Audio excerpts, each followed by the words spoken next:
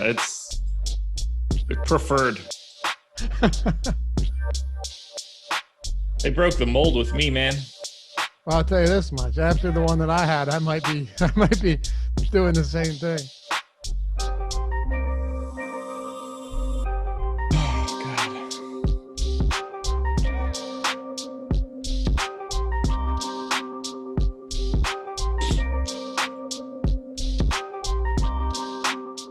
Jordan's got some new jams going on here, huh?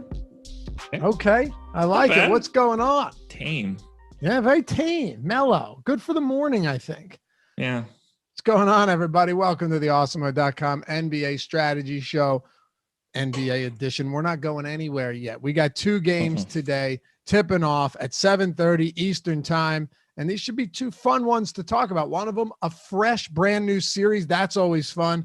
Another one, Game 2, Milwaukee, Brooklyn. No James Harden, dealing with a hamstring injury. Oof. Times are tough, but it looks like they're still favored, slightly favored, and won pretty easily last time out. So I'm Dave Loughran on Twitter at Lafayette_D. Hit me with a follow. It's LOUGHY_D. Just making life very easy for you today. Head over there. Hit me up along with, while you're there, my man Josh Engleman at Josh Engleman. Dude, I'll tell you what. Milwaukee has every opportunity and had every opportunity to go up 1-0 in the series after James Harden goes down, and they squandered a big one coming into this one. Yeah, they did, but I try not to overreact to it, because if they come out and win today, they get a split in Brooklyn, and they're right where they want to be. Like, they looked good. Someone has to lose every game that gets played. That's just how it works. So I try not to go too crazy on to, like, obviously you want to get that W when Harden goes down in 40 seconds.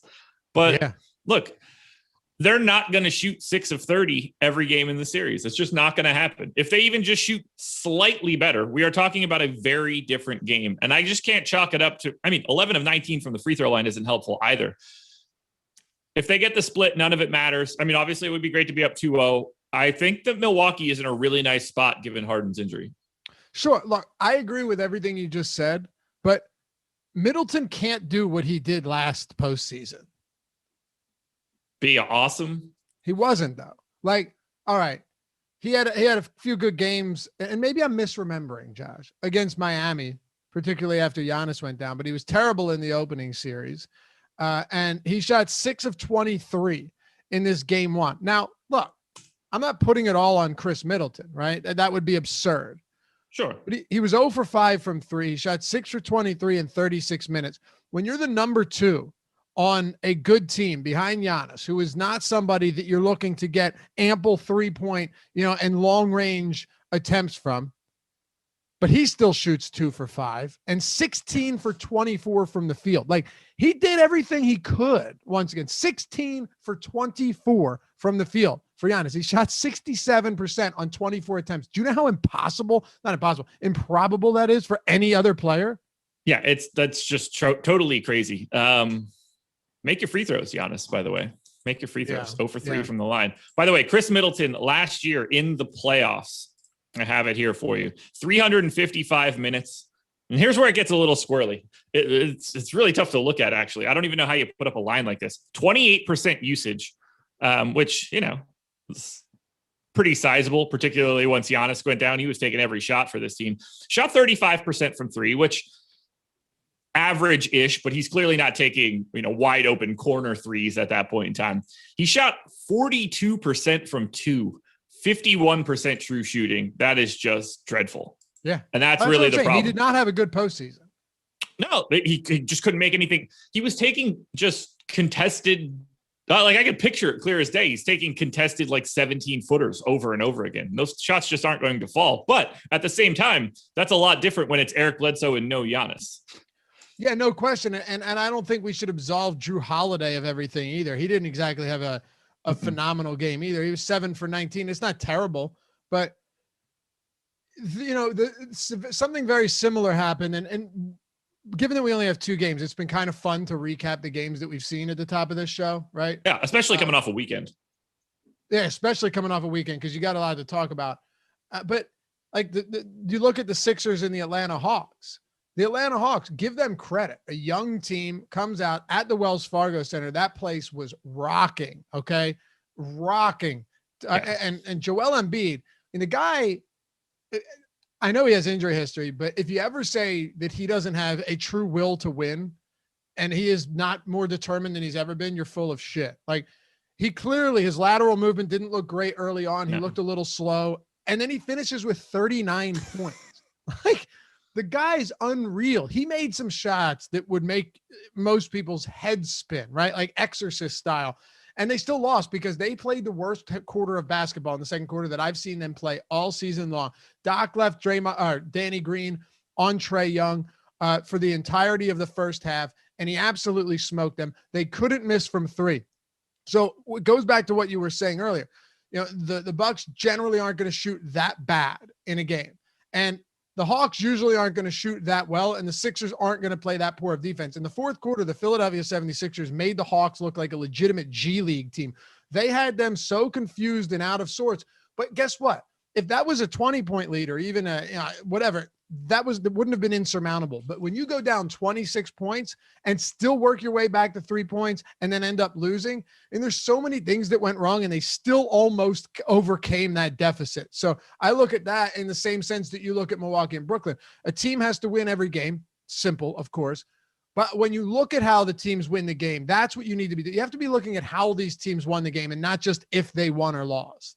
Are we looking at that correctly in the Philly game? Because Danny Green was still +5 for the game. Trae Young was -11 for the game. This game ended in the second quarter with Dwight Howard, Thibault, Korkmaz, and George Hill getting bludgeoned. George Hill was -17 in 11 minutes. That to me, that's the issue, because the starters for the Sixers are all positive. Yeah. This went well. When they went to the bench unit, that's where the problem started. If you look at the beginning of the second quarter, end of the first, right? And I'm not looking at it right now, but just by memory, the Atlanta bench devoured Philly's bench, just absolutely devoured them, right? Yep. But at the same time, you still need to have an answer for Trae Young. That's all I'm saying. Like -11. Yeah. Sorry, go ahead. No. I agree with you. I don't think that these numbers painted in the same light, because Trae Young literally couldn't be stopped in the first quarter. He had 25 points in the first quarter. Yeah. So what you're saying is there's two different ways to look at this. Like, yes, he was -11. John Collins, I think, was -12. The entire starting lineup outside of Solomon Hill too. They were all minus? Were they? Yeah, except Bogdanovich was neutral. Okay. So Bogdanovich, yeah, plus minus was 0.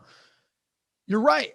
Because the fourth quarter, like I said, the fourth quarter, they were bad. So if you're looking at it saying, okay, Trae Young, if you can find a way not to stop him, not to contain him, but to maybe slow him down a little bit better and not let the bench annihilate you, the Sixers are a better team. I told you or before the show started, I bet them I laid 4 points on the Sixers as soon as that game ended and the game 2 line came up. Because when I look at this, I see a spot that could have gone a million different directions, but the Sixers dug themselves too big of a hole in the second quarter. If your bench unit in the playoffs is your biggest issue, I'm okay with that, at least going into game 2 of this series. Yeah, I mean, Tobias Harris played 36 minutes. Ben Simmons, 37 minutes. Like, those numbers are going to be 40, 41, 42 as we start moving into this. And you start playing the bench unit less and less and less. I mean, ultimately, the first quarter was a gigantic problem for Philly, and Atlanta started to smack the hell out of them. But they just negated it in the fourth. Like, you lop those 2 quarters off. This game existed in the middle 2 quarters where you play more bench units, and that went very poorly for the Sixers. It sure did. Let me know what you guys think happens tonight between Milwaukee and Brooklyn, Denver and Phoenix, because I think these are 2 really great games. And I'm not sure the Denver Nuggets should be slept on here just because they have a team. I don't think they win the series, but I'm not looking at this by any stretch as a sweep scenario. And they're only 4.5-point dogs in Phoenix, Josh, like against the 2 seed. They're only 4.5-point dogs on the road. That says a lot. For a long time in the NBA, you were able to pick a series in the playoffs based on who had the best player on the floor. And I don't think that it's up for debate that the Denver Nuggets have the best player in this series. And that, to me, is the lifeline that they need. It's a good point, especially if Chris Paul is not at 100%. I'm assuming Yeah. he is, but I still don't know. Like it's been kind of weird, right? Because AD goes down and he put that him even being out there to start the game put them in a hole in game 6. Like he was a liability. Chris Paul hasn't had to do a lot. David Porter says, Josh, I think you owe chat an apology for calling us dumb for picking the Clippers. Why would I call anybody? First of all, I don't even understand what he's talking about. I clearly wouldn't call anybody dumb for picking the Clippers. I know what he's talking about. When I asked chat, who do you think's going to win this game? All of the Clippers comments float in because I said I think the Clippers win this game too. I did think it'd be closer, but you were like, well, if chat's on the Clippers, then it must be right, or something like you should always take the opinion of chat. That's different. Taking the Clippers was not dumb at all. Listening to chat would be dumb. There's a different, those aren't the same things. They're not mutually exclusive. Not everyone in chat, though. We got some smart people in chat. No, like Cantor's here and our own employees that show up. I was on the Clippers too, but you know what it came down to, right? Hey, by the way, hit that thumbs up. First thing you do when you jump in here, just hammer that thumbs up button. I mean, it means the world to us. Am I wrong? It really does. Yeah, it's everything I ask for on a show. There's a reason that I pride myself on it. And it's not just because I'm the best at it. It's because it really feels great to see that number climb while you're on the show. And like, if I didn't have to ask for likes, one might say pander, but it's not really pandering. It's more so begging. If I didn't have to do that, I wouldn't. But YouTube puts us behind the 8 ball, and it's just the work that we have to put in, subscribing to that channel as well. Help us get there, fellas. Help us get to where we need to go. We're trying to get up to 60,000 before football season starts. I mean, that's less than 5,000. I think we can make that happen. So if you're not subscribed, but you like watching the channel, and also it helps you too. You'll always know when we're going live. And if you want to join the channel, hit that down below. You get the badges, the emojis. And like I said, this week we will be rolling out some new features and luxuries for those of you that have joined Team Awesemo. Of course, you'll get a shout out on the stream as well. But before we jump into this, Josh, before we jump into these two games, the one more thing I wanted to throw at you was what I've been saying all series and what you have also agreed with and said as well. And I tweeted this, there aren't enough superlatives to describe how well Luka Doncic played in this series, right? Like just outstanding basketball, no help. But sooner than later, it was going to catch up to them. And it caught up to them yesterday because he cannot do everything for that team and continue to win basketball games. Dude, he was that first quarter was crazy. Amazing. Through the third quarter, I was just like, I was actively cheering for the Mavs because to me, it's just more fun for the league if they win that series. Nobody cares about the Clippers. By the way, chat right now is in a battle trying to figure out who the sucker at the poker table is because a lot of people don't think they're the people that I'm referring to, which is hilarious, but that's neither here nor there. I see a lot of people being like, man, they got to get Luka some help. Spoiler alert, everybody. They did that. It just didn't work. That's exactly right. Someone asked me, they're like, who should the number 2 be on this team? Right? Like going and finding someone. Like it's supposed to be Porzingis. Like that was the entire reason for them to get Porzingis. Now they wish they had Dennis Smith Jr. back. I'm kidding. I don't know about that one. I'm kidding. Although shout out to Dennis Smith Jr. for making an appearance in J. Cole's new album, but that's neither here nor there too. Frank M said, why does Luka always... Yeah, Frank M says, why does Luka always look like he swallowed his own throw up? Man, I've never used that exact phrase, but it looks like he's always like ate a hot pepper or he's about to cry or he smelled something bad. Always. He's always has that funny look. It looks like his eyes are welling up a little bit. Oh, yeah, because he realizes he has to continue to play as hard as he possibly can for another 18 minutes. He's exhausted. I love that guy. I love his game. I love the embrace that Paul George and him had after the game. Like Paul George came up to him and straight like embraced him for 5 minutes. He was saying, dude, you're amazing. You got no help. One of the quotes on Kawhi, like he was talking to Kawhi too, and it was like, bro, you almost had us. Yeah, you. And when he did you, he didn't mean the Mavericks. He meant you almost had us. Yeah, I don't know what they do. Bill Simmons, I listened to the first 10 minutes of his pod this morning, and he put this out there. And this is not like a news source or anything. He just said, I wonder if Luka plays out his rookie contract into free agency instead of signing the extension. And I thought that would be interesting. Oh, Mark Cuban will get shit on. Everyone loves Mark Cuban, right? Like, if he says that he's going to do that, then Dallas, like, Cuban's going to do something. So at least he'll have a shot. You would hope so, right? But I'm saying, like, everyone loves Cuban. He's the smartest guy alive, and he's this and he's that, and he's amiable and all of this, right? And, like, I don't even disagree with that. He's a much smarter person, far more successful than myself. But there's no doubt that he would take a lot. I mean, an incredible amount of heat if Luka decided to leave Dallas. That puts them. Would you get it? I mean, I can't even imagine what would happen in Dallas. Look, trades come out of nowhere a lot. The packages for said trades come out of there a lot. I don't know what Dallas would do in order to change this up a little bit. Is it neither Kevin Love for Kristaps Porzingis? Dude, I don't know. That's something we can get. The Kemba conversation, I don't think that solves anything. I don't think getting Kemba for the playoffs is going to be all that beneficial. Why would you want to do that? Like, if you're going to do it, make a splash. Well, you're trying to it's hard to make a splash when you've got an anchor tied around your ankles. Oh, I know. I get that. Can't get out of the water. Thomas said Luka rejected the Paul George jersey swap. I saw that too.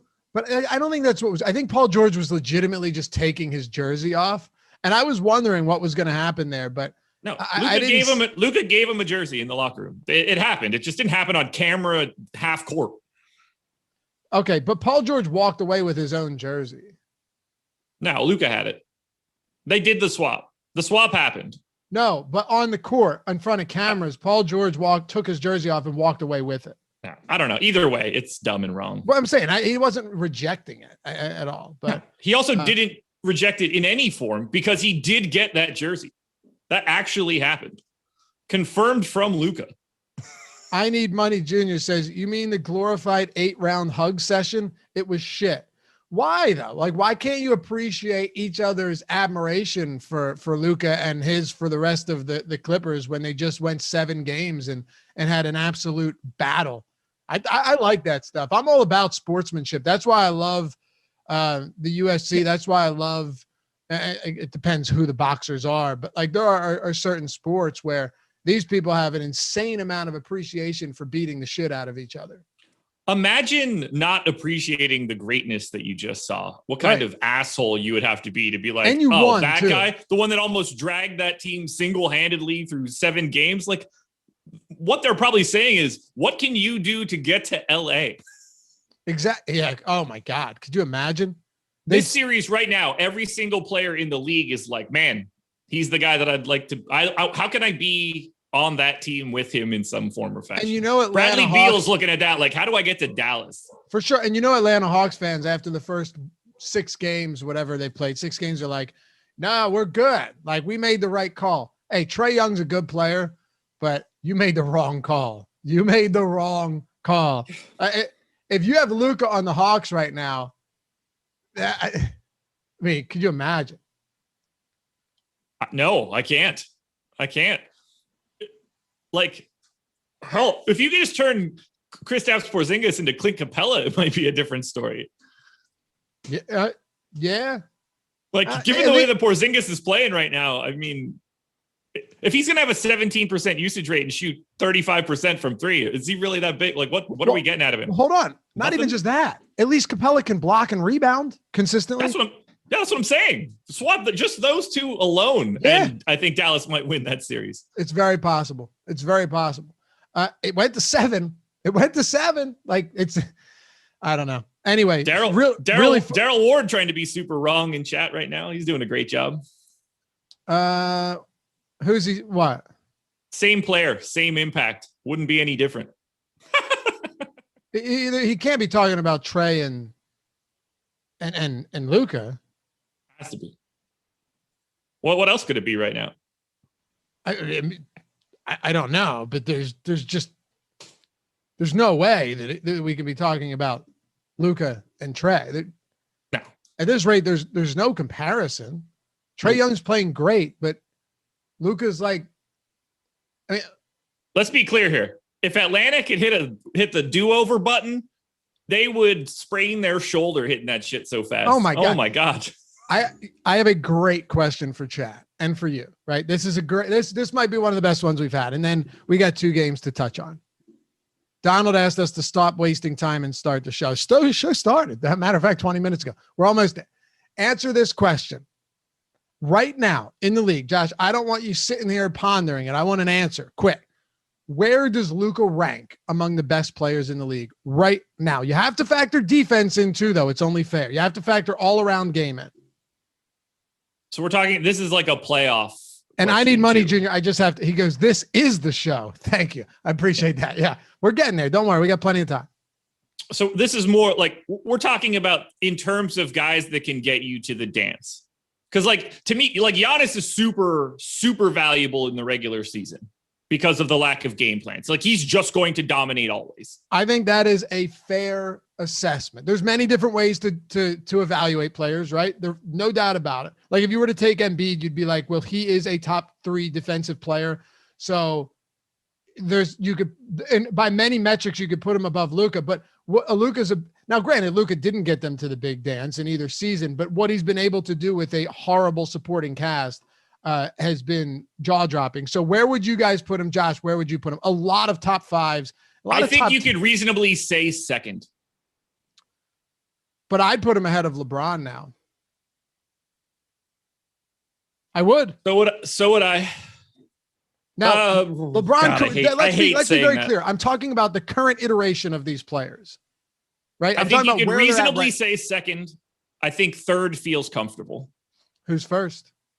I think Kawhi has to be first. Oh, really? You still put Kawhi first? Who were you putting first? That's very interesting. Who are you putting first then? I don't know. I haven't ranked him yet. I don't like, to me, Kawhi hasn't done anything to make it seem like it's not him. Okay. No, I wouldn't put Giannis first, Jordan. No, I wouldn't. Neither would I got to see what Giannis can do first. I mean, Giannis is top 5 to me. I don't think Giannis, I don't think Kawhi is a crazy answer because he's done amazing things, but last season was a huge disappointment. I think that knocks him down a peg for me. I'm going to put him third. Kawhi, Durant, Luka. Okay. And then you're going to get a lot of, well, Durant can't do it without a super team. You know, you'll get a lot of those things. I'm just throwing it out there. I'm just telling you what people are going to say. He's about to do it with just Kyrie Irving and table scraps.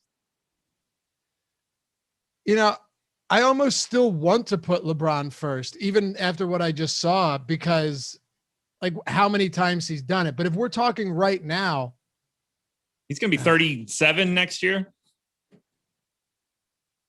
Yeah. Freddie, we're talking about the ability to pull a team on your shoulders. That's what we're talking about right now. Jeffrey says a game on the line, I'd take Kawhi over anyone. This is a really tough question. It's a really tough question, but here's what I'll say. Luka, easy top 5 in that category. Easy. Like if you're ranking them by what they can do in terms of taking, this wasn't the 1 seed Mavs against the 8th seed Clippers. Like the Clippers, by all intents and purposes, are a much better team than the Mavericks, and they got taken to 7. Let's not ignore that, right? Yeah. I think one of the bigger problems and I feel like I haven't seen enough people talking about it. The state of California almost cost the Clippers their first round series by not being able to pack that building. I know. If the whole lower bowl is going to be cardboard cutouts. What a joke. And hey, if you're watching this show after it aired, let us know in the comments. I always check the comments out. I always read them. Let me know if you think any of our takes are egregious. I'm sure the answer to that will be a resounding yes, but that's what we're here for, right? That's what we're here for. Gambit shouting out, Harden does not play defense. Stop saying Harden. He plays way more defense than you think he does, brother. Yeah, I would go Russell Westbrook. Yeah, that's right. He might not be the best player to like be at home on the Wizards. Right. All right, Milwaukee. That's a fun question, though. That's like a question that is very difficult to answer, but he's an entire elite offense by himself. Yes. He's a 40% usage, highly efficient scorer that is also assisting on basically every other basket the team scores so long as he's on the floor. He is tailor-made for the playoffs, and based on what I just saw out of the Clippers, unable to be game planned for. Will the Clippers win a finals in the next 4 years? Or the Mavericks? Oh, no. Okay. No, that would be that's impossible to say yes to. It's really tough. But Luka Doncic, if he's going to, you got to get him help next year. You simply have to get him help, or you have to figure out what's going on with Kristaps Porzingis. End of story. I believe next offseason will be the final offseason before a Luka extension would kick in. And I believe that's their only window to bring somebody in. I believe that's correct. Christian G said, what about Curry? That's actually, the fact that we haven't even mentioned Curry is kind of crazy as well. But I'm not saying one, but I'm saying Curry has taken teams on his shoulders more times than anyone could count. I know Curry didn't get past Memphis. I get it. I totally get it. But I think, I could give you the same answer for a lot of other players that couldn't get past this or couldn't get past that. But Curry's, would you not put him top 5? Would you not put him top 7? I can't see the problem once you get to the playoffs, and Curry can transcend this a little bit, is that size starts to really matter. So we're talking about I'm not trying to say that Luka Doncic is a two-way guy, but there's a difference between being a 6'2" guard and being a 6'7" guard, or however tall Luka is. He's a legitimate wing that just also handles the ball. And that size alone makes up defensively things that you cannot ever save. It's a great Steph point. Curry can only get so good at defense. Yep. He can never cross that threshold of just being a bigger human being. Luka Doncic was draining threes, and I watched him split 3 defenders in the paint and barrel his way to the rim on multiple occasions. It's a good point. He's just completely versatile. All right, let's make this happen. Josh, Milwaukee and Brooklyn, fun conversation. I know some people aren't happy about the pleasantries to start the show, but it's a 2-game playoff site. What do you expect? You could go to other places, and I know you guys don't want to. We appreciate you. You make this fun. It's weird. The line just goes straight up. So I know. For all the complaining, it seems like more and more people are like, hey, this is where I want to be. And if you just want short form stuff, Josh's Contenders videos come out every single day. Check them out. You know what I mean? But we like to have some fun here. We like to get your opinions as well, because that's what makes this enjoyable. Nice. We're at 100 likes. All right. So the Milwaukee Bucks, 1.5-point dogs. Giannis last game, like we said, just shot unbelievably well. You can't I don't have anything bad to say about him. He shot 16 for 24. It's preposterous what he's capable of doing. Middleton stunk, Josh. Again, he just absolutely stunk. He finished with 13 points in 36 minutes on 6 for 23 shooting. That's a huge problem, especially when Harden plays 40 seconds in a game and you have a real chance to take a 1-0 lead in Brooklyn. What are you expecting today? And how do we approach this Bucks team? There are 2 big questions to me for Milwaukee, because for Giannis, for Middleton, for Holiday, you just project them like you normally do. There's no changes that you make for those guys. You play them, you project them out. They are who they are. The 2 questions for me are this. 1, does PJ Tucker start again? He was minus a bunch, unfortunately, in game 1. I don't know if they go back to it or not. They have other options. I don't know how much that 5th guy really matters.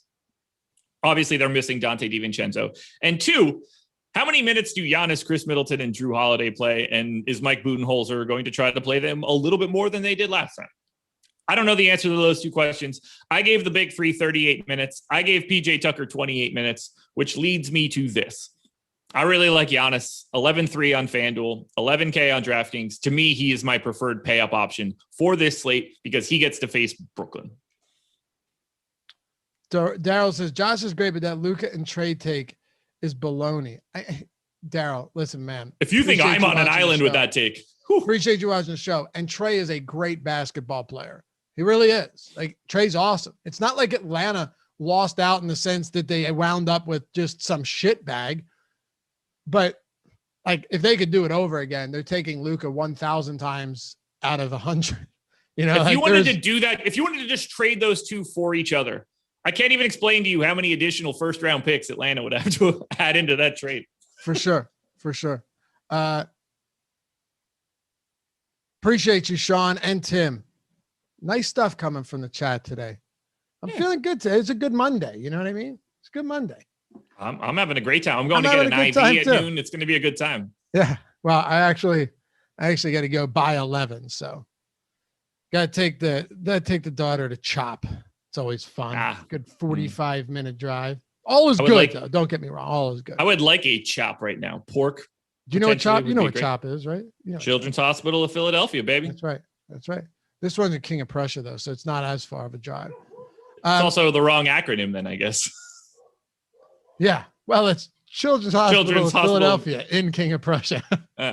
You know what I mean? It's like the ballpark in Arlington, whatever the Texas Rangers ballpark is. It's like blah at World Arlington Life Park of Arlington or something. Yeah. Like Philly cheesesteaks, they don't just sell them in Philly. No, they do. People call them Philly cheesesteaks, and they should be removed from their establishment the moment that they do it. That's fair, yeah. You try to get a Philly cheesesteak down here, man, all I want to do is throw it back at them when they bring it to me. It's an embarrassment. An embarrassment. Okay, so let's take a look at ownership for a second on Milwaukee. Bucks. Do we have it? Oh, I thought we would have been updated by now. We're not. Oh, you're right. Okay. Do you expect among all of the top tier players, Giannis, Jokic, no Harden, Kevin Durant, I guess we could consider Kyrie Irving one of them. Do you expect Giannis to be the highest owned of all of them?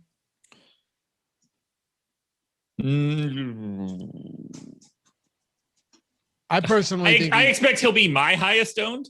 It wouldn't shock me if it's Durant because of the savings. There's just a lot of value out there today, Brooklyn in particular. So it's a lot easier to get to Giannis. Okay. You know, I think the only options are Giannis and Durant. The only options being Giannis and Durant. That I would agree with that for sure.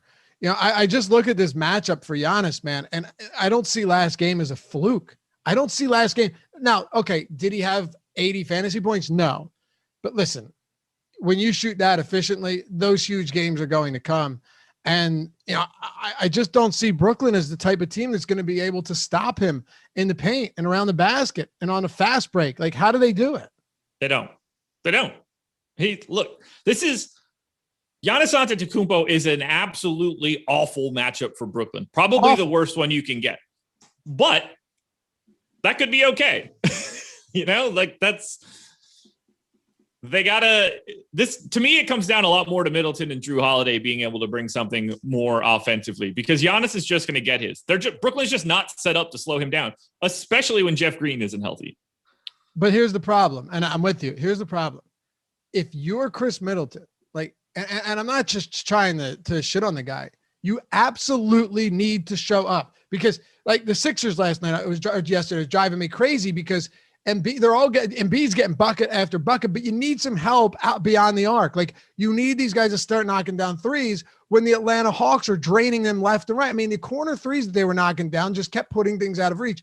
If you're the Brooklyn Nets, Joe Harris, don't sleep on him as a 3-point shooter. He can put the lights out if he's shooting hot. That doesn't include Kevin Durant and Kyrie Irving, who are both well above average 3-point shooters. So yeah, Giannis can go 20 for 21 in this game and still lose by 15 if you don't have Middleton and Drew and your 3-point shooters complimenting him. That's what it all comes down to in basketball in 2021. Yeah, they might.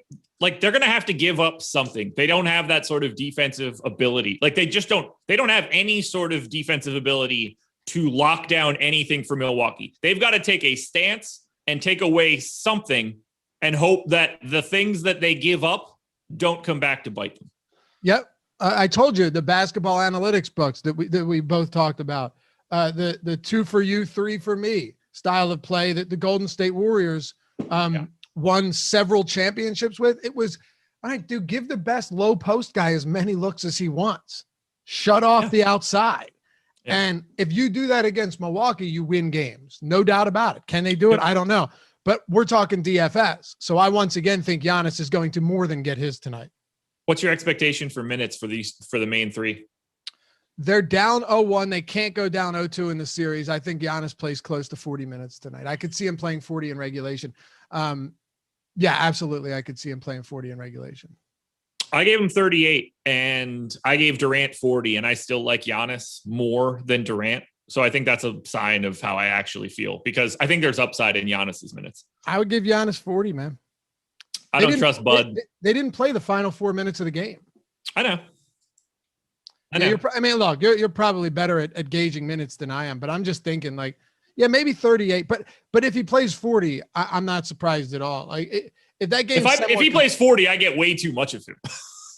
Yeah, that's fair too. So if that game if they didn't pull the starters, that's 39 minutes for Giannis in regulation.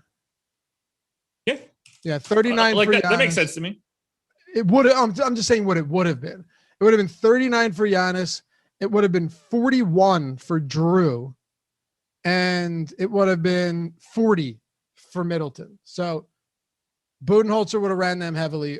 Give me your last thoughts on the Bucks and any value options that you think might stand out today. So if PJ Tucker's starting again, he's 3,800 on FanDuel, 3,200 on DraftKings. That's a potential spend down option.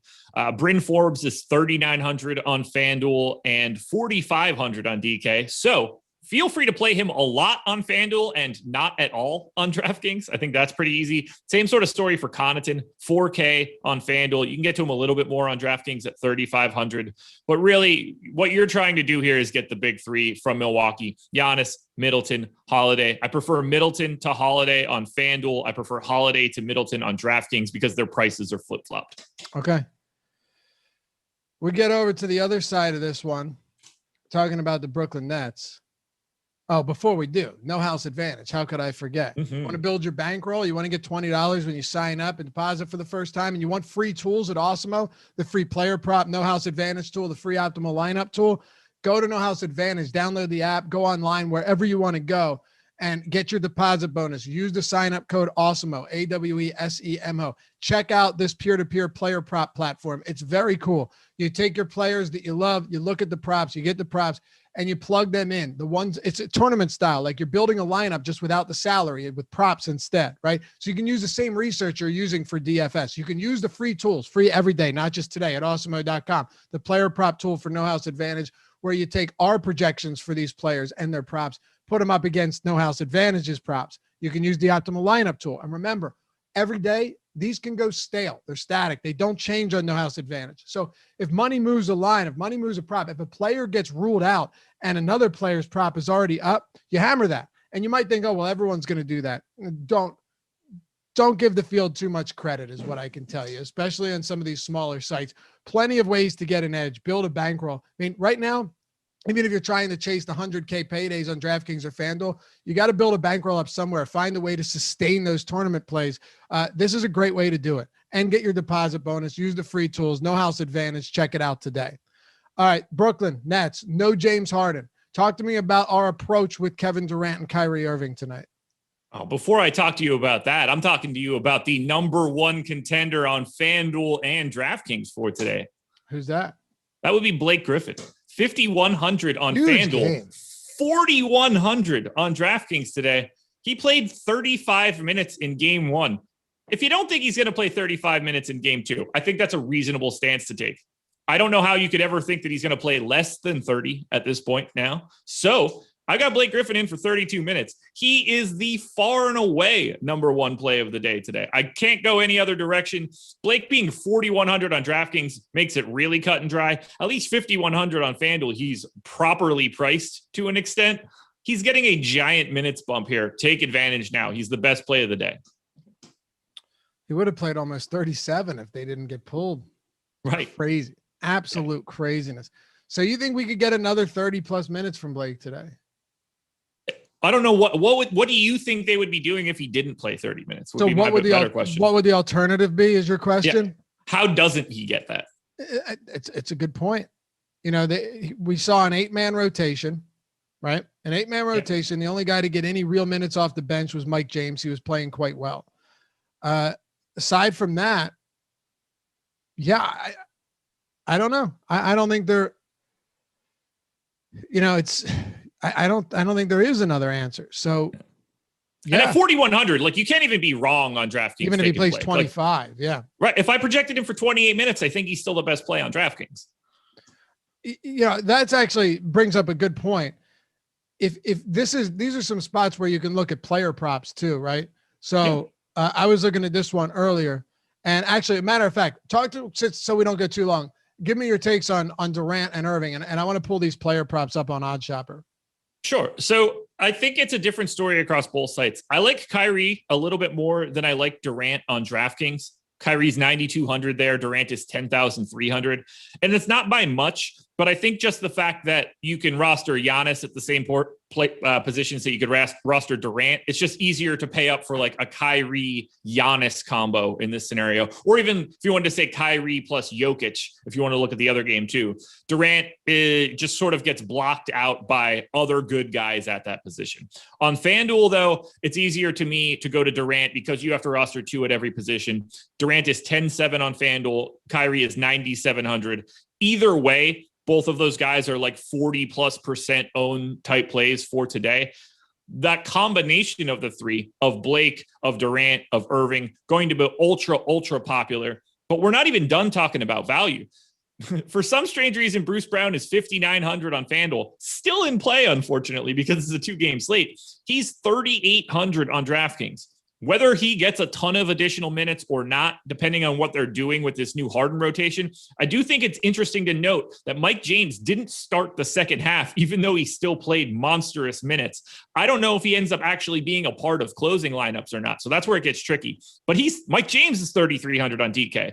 I think Mike James and Bruce Brown should both be 40% owned today. That's craziness. That is absolutely crazy, but it makes sense.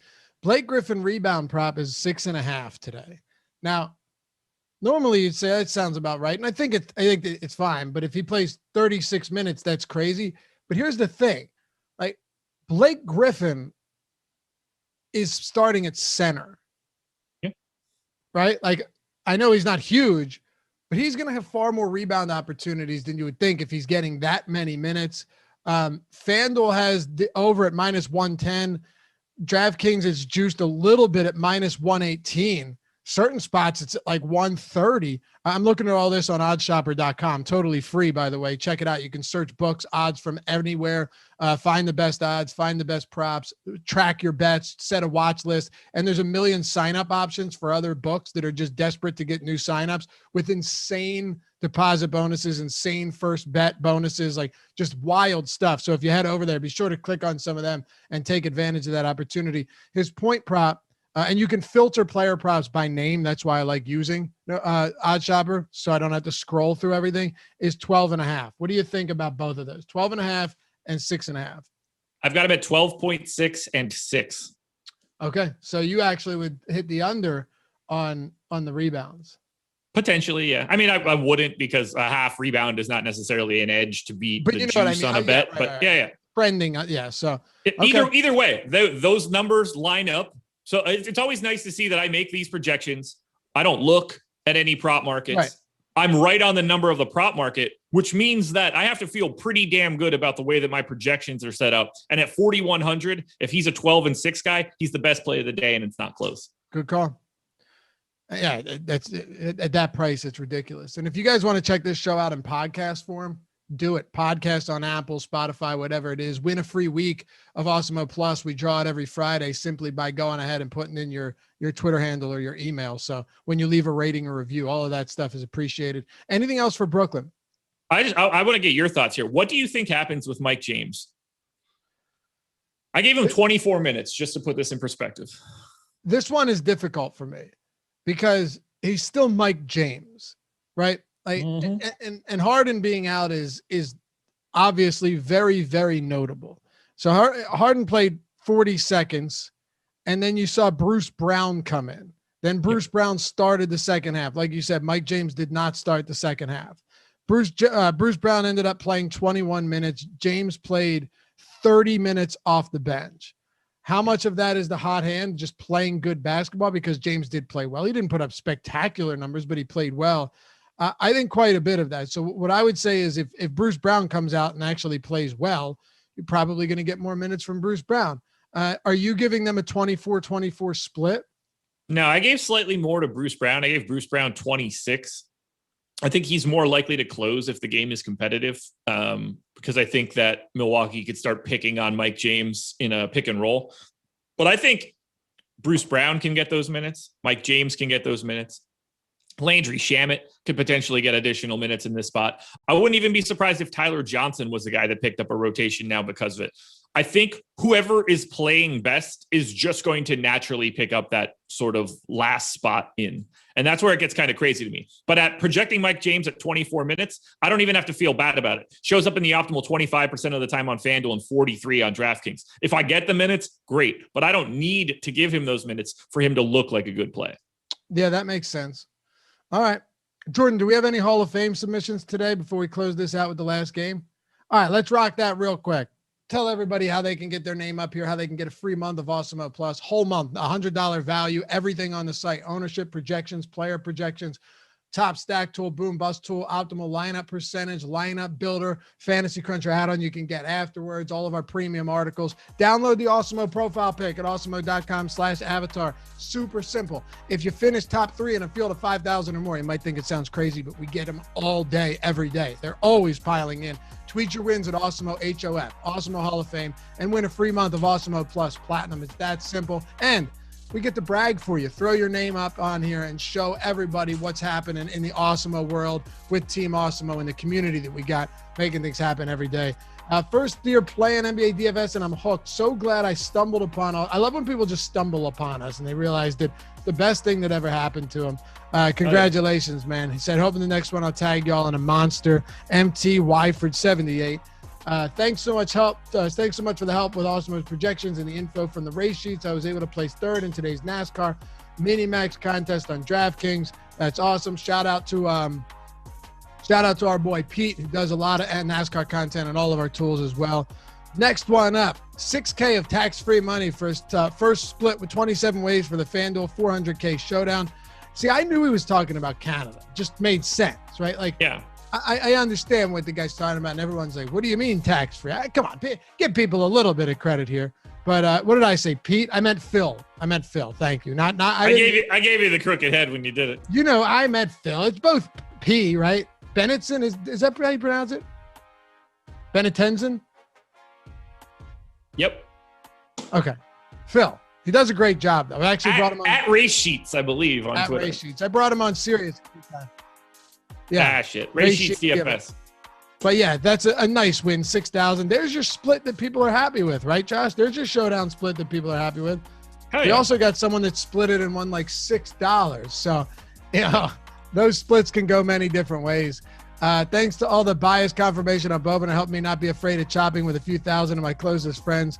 First place in the large field tournament. I can't see how much that is, but congratulations. Lots of awesome. My God, look how many Awesemo avatars are on that one. And then to close this out, Awesemo Hall of Fame, Cornelius, man of few words, 75, first place, quarter jukebox. So congrats to all of you. Download the avatar, tweet us at Awesemo HOF, and include Josh and myself in those tweets. Win your free month, and let us talk about it here on the show. All right, Denver and Phoenix. Here we go, man. Nikola Jokic, first game here. First game after going 6 with the Portland Trailblazers.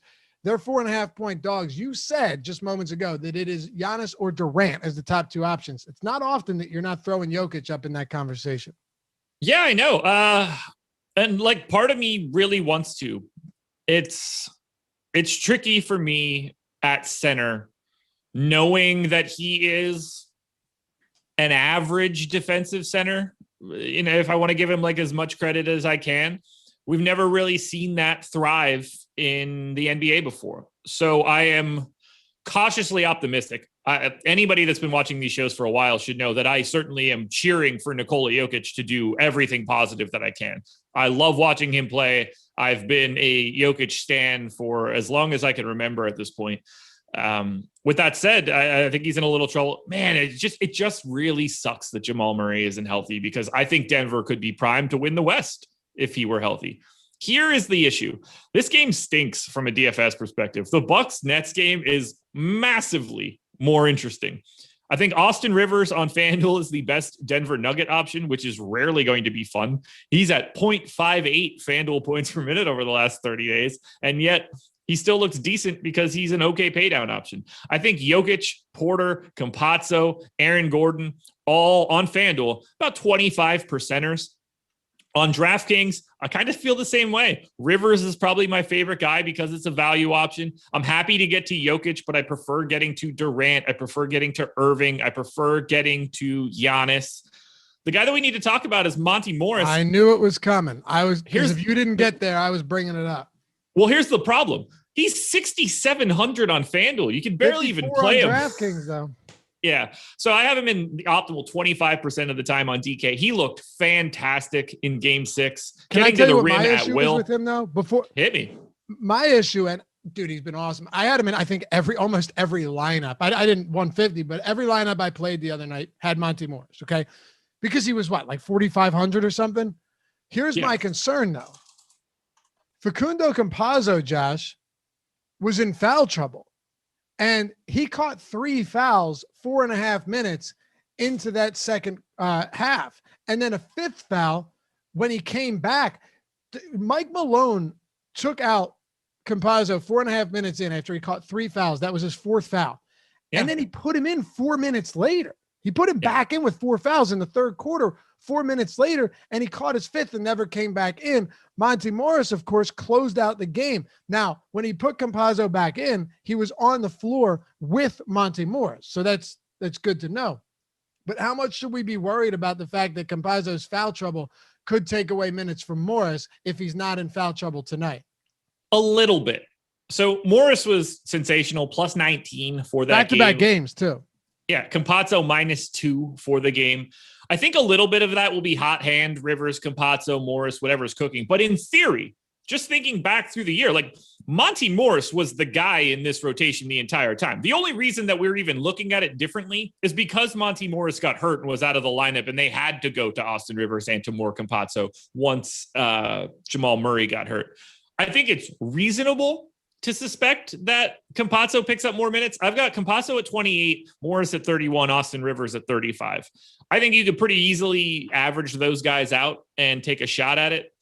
I wouldn't want to get away from Campazzo. Like, I'm still getting to him on FanDuel at 5K, but I think you're probably just going to get whatever's going best out of. I think you're going to get 2 of those 3 guys, and I don't necessarily think that anyone has a leg up on the others. All right. That's a fair take. But Monty Morris, I think, with just the way he's played, Mike Malone would be smart to at least give him some opportunities. He leads the team in potential assists in the postseason with 10.5 per game, despite averaging less than 30 minutes per game in the series. I think there's a lot of opportunity there. You guys know I was super high. I don't know what happened to my camera there. Sorry, Jordan. I got to fix it. I was super high on that over 4.5 assist prop, and he hit it in like the first 10 minutes he was on the floor. So he's getting a lot of chances to dish out assists. There's no doubt about it. We were on Monty Morris over 4.5, Jokic under 6.5. We hit both of them. We'll get some other ones out there tonight on the deeper dive. Live Before Lock is after that, and the tip-off comes up right before that. So you got a ton of shows throughout the day. But before we wrap this up with Phoenix, is there anybody else here that you want to hit on with Denver? I think you've done a pretty good job of laying things out. No, I just thought, like, look, it's a slower matchup, Denver, Phoenix. Phoenix's defense is going to be significantly better than the Blazers' defense was in the previous series. This isn't the best DFS series that you can get to. So I'm just simply more pessimistic about Denver, more pessimistic about Phoenix, more interested in the first game. And I find the Denver and Phoenix guys, especially because we don't really know what changes are going to be made for this series. I see all of the guys that you can play as ultra similar, and then I'm just drawing a line in the sand. So I'm not all that interested in guys like Jermichael Green or Paul Millsap or even Marcus Howard if he's going to get those minutes. I just don't have that feel. But I'm also having a hard time separating these guys from each other. Relative to salary, it all looks pretty similar. We got a couple super chats coming in too, and it's from our boy who has been pretty kind to us lately. T.O. Deck 20. I believe he's also the one that had the tax-free 6K, Josh. Yes. He says, gentlemen, my meeting finally ended and you're off mute. Shout out to you guys. And thanks as always for all the advice and help you guys give. I mean, straight dedication and appreciation to someone that is in a meeting, but still has it on, still putting the view in, probably still hits the like, even though it's muted. So thanks, man. And congrats on that big win. I'm almost certain it was you. He said, I love Awesemo loonies. Now I know what that means, Josh. Yeah.